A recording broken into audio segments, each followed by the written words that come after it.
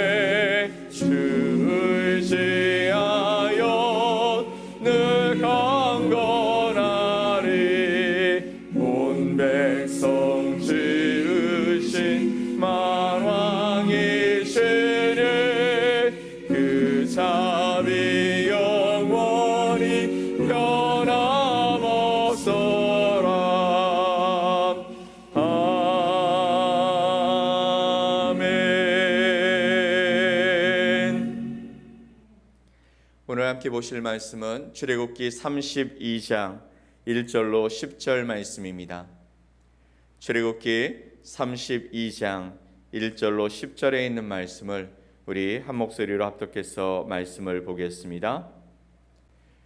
백성이 모세가 산에서 내려옴이 더딤을 보고 모여 백성이 아론에게 이르러 말하되 일어나라 우리를 위하여 우리를 인도할 신을 만들라. 이 모세 곧 우리를 애굽 땅에서 인도하여 낸 사람은 어찌 되었는지 알지 못함이니라. 아론이 그들에게 이르되 너희의 아내와 자녀의 귀에서 금고리를 빼어 내게로 가져오라.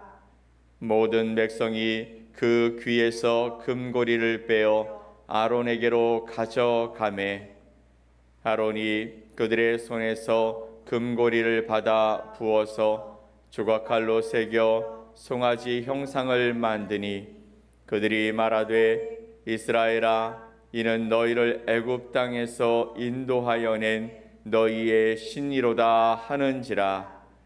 아론이 보고 그 앞에 제단을 쌓고 이에 아론이 공포하여 이르되 내일은 여호와의 절일이니라 하니 이튿날에 그들이 일찍이 일어나 번제를 드리며 화목제를 드리고 백성이 앉아서 먹고 마시며 일어나서 뛰놀더라. 여호와께서 모세에게 이르시되 너는 내려가라. 네가 애굽 땅에서 인도하여 낸 네 백성이 부패하였도다. 그들이 내가 그들에게 명령한 길을 속히 떠나 자기를 위하여 송아지를 부어 만들고 그것을 예배하며 그것에게 제물을 드리며 말하기를 이스라엘아 이는 너희를 애굽 땅에서 인도하여 낸 너희 신이라 하였도다. 여호와께서 또 모세에게 이르시되 내가 이 백성을 보니 목이 뻣뻣한 백성이로다. 그런즉 내가 하는 대로 두라. 내가 그들에게 진노하여 그들을 진멸하고 너를 큰 나라가 되게 하리라. 아멘. 오늘 출애굽기 32장의 말씀을 통해 우상은 하나님이 아닙니다 라는 제목으로 여러분과 하나님의 말씀을 나누겠습니다. 오늘 우리가 함께 살펴볼 말씀은 10계명 중에 두 번째 계명인 너를 위하여 새긴 우상을 만들지 말라라는 말씀입니다. 너를 위하여 새긴 우상을 만들지 말라. 즉 우상을 만들어 섬기는 행위를 하나님께서 금지하신 것이죠. 하나님은 영으로 존재하신다고 말씀하셨습니다. 요한복음 4장 24절 말씀을 보면 하나님은 영이시니라고 말씀하셨죠. 이 말은 우리와 같은 제한적인 모습을 가지고 계신 분이 아니라는 것입니다. 즉 보이는 어떤 존재로도 표현될 수 없는 분이 하나님이시라고 말씀하고 있는 것이죠. 그래서 보이는 어떤 형상으로도 하나님을 표현하는 것 모든 것이 바로 우상이라고 말씀하고 있습니다. 출애굽기 20장 4절 말씀을 보면 너를 위하여 새긴 우상이라는 말씀이 나오는데 이 너를 위하여 새긴 이 우상이라는 것은 다른 신이 아니라 바로 하나님의 모습을 형상화한 것입니다.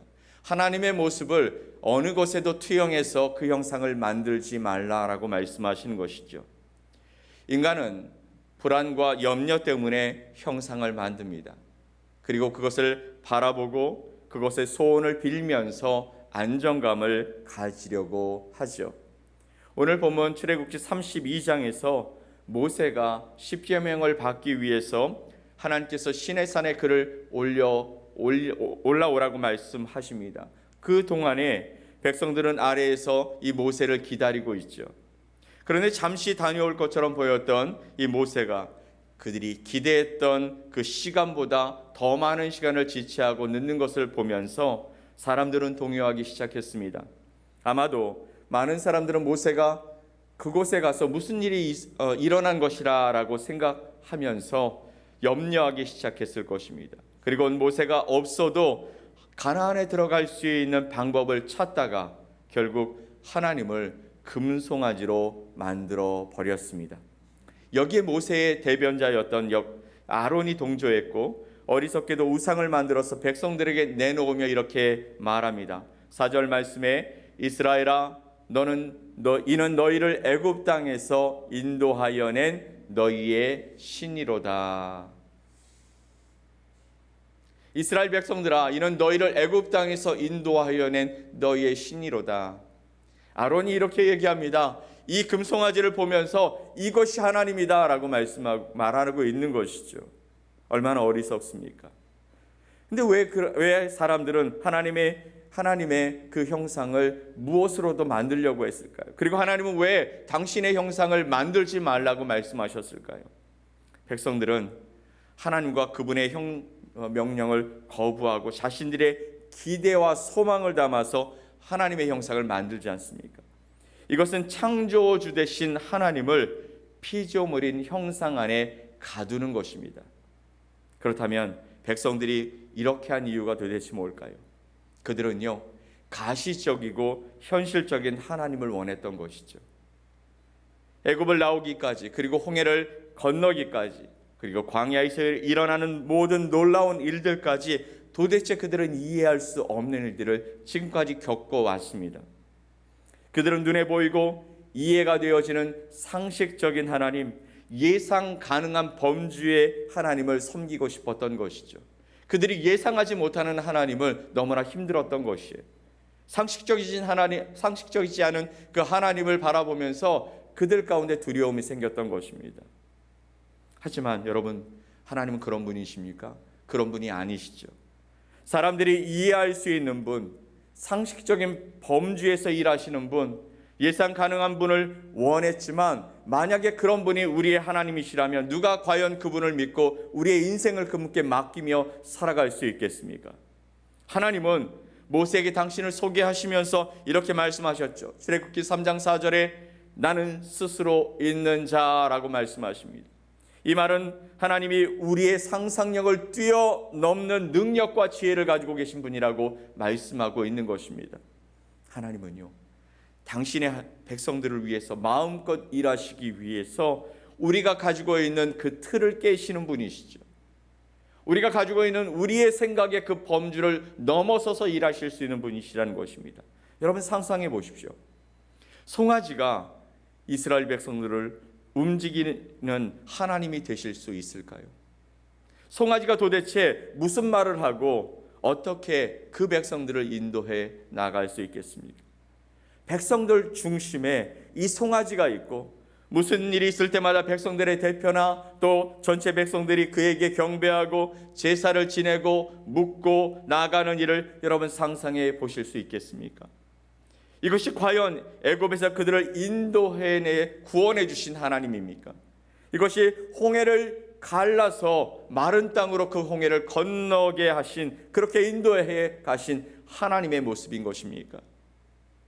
그리고 만약에 길에서 살아있는 송아지를 만나면 그것도 하나님이라고 섬겨야 하겠습니까? 아니면 또 다른 형상으로 하나님을 만들고 섬겨야 하겠습니까? 우상은 유한합니다. 그리고 그 앞에 서 있으면 허무하고 허탄합니다. 아무 말도 못하고 있는, 그리고 사람들이 만든 아무리 금으로 귀한 것으로 만든다고 할지라도 그것은 인간의 손에 의해서 돌봄을 받아야 하고 인간의 손에 의해서 만들어진 우상일 수밖에 없는 것이죠. 그런데 사람들은 어리석게도 그것이 우리를 인도해 나는 신령한 신이라고 생각하며 그것을 경배하고 무서워하고 두려움을 갖게 되는 것이죠. 하지만 우리 하나님은 보이지 않고 만질 수 없는 분이시기에 무한하시고 또 형언할 수 없는 참 하나님이신 줄 믿습니다. 왜냐하면 이 세상의 어떤 형상으로도 하나님의 모든 신비를 나타내고 표현할 수 없기 때문이죠. 종종 어떤 간증을 들으면 어떤 사람이 하나님에 관한 경험과 삶을 절대화하면서 그것이 전부인 것처럼 말하는 사람들이 있습니다. 하지만 그런 행위 역시 하나님을 전부 이해하고 말하는 것이 아닌 것이죠. 우리의 경험과 삶은 한계가 있는 것입니다. 그러므로 두 번째 계명, 이것은 내 방식대로 믿고 내 방식만으로 예배하고 내 방식으로 기도하고 내 방식대로 하나님이 어떤 분이신지 말하는 이 모든 것은, 그것이 바로 살아계신 하나님을 우리가 우상으로 만드는 것임을 경고해 주시는 말씀인 것입니다. 예수님은 참되게 예배하는 시대가 오게 되어지는데 그 예배자는 영과 진리로 예배할 때가 온다고 말씀하셨습니다. 성령과 하나님의 말씀 진리로 예배할 그 때가 온다고 말씀하신 것이죠. 우리는 하나님의 성령이 어느 정도의 능력이 있는지 알 수 없습니다. 그리고 하나님의 말씀을 통해서 우리가 하나님을 예배하는 것이 정말 어느 정도인지 우리는 가늠할 수 없습니다. 우리가 하나님 앞에 나아가게 되어줄 때 우리의 모든 것을 다해 우리의 틀을 깨고 살아계신 하나님을 바라보며 나아가는 그 시대가 바로 오늘 우리의 시대인 줄 믿고, 우리의 삶의 틀을 가둬놓고 하나님이 이런 분이시다라는 생각 속에 살아가는 자가 아니었으면 좋겠습니다. 사랑하는 성도 여러분, 하나님은 여러분의 생각과 경험 그리고 지식과 제도에 갇히시는 분이 아니심을 기억하시기 바랍니다. 또한 우리가 바라고 기대하는 하나님의 모습들, 예를 들면 사랑의 하나님, 소망의 하나님, 지혜의 하나님, 질병을 고치시는 하나님, 승리의 하나님 등에 갇히시는 분이 아니심을 여러분 기억하십시오. 우리 하나님은 전인격적으로 우리와 교제하시고 우리를 만나주시고 우리를 세우시고 우리의 삶에 동행하시면서 완전하신 하나님으로 우리 가운데 함께 하시는 하나님이신 줄 믿으시기 바랍니다. 오늘 그 하나님께 우리의 마음을 드립시다.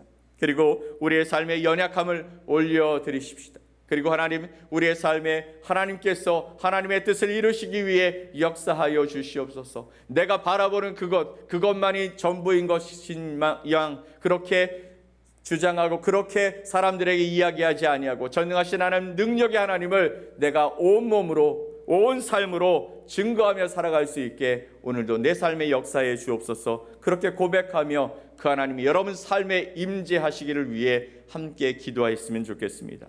우리의 삶을 하나님께 드리며 또 하나님과 동행하며 나아가는 복된 하루가 되어질 수 있게 되어지기를 예수 그리스도의 이름으로 간절히 축복합니다. 아멘. 우리 함께 기도합시다. 전능하신 하나님, 우리를 사랑하시는 하나님, 그리고 우리의 모든 것들을 아시고 오늘도 우리와 함께 우리의 길을 동행하시고 우리 가운데 일하여 주신 하나님, 그 하나님이 나의 하나님 되심을 감사합니다.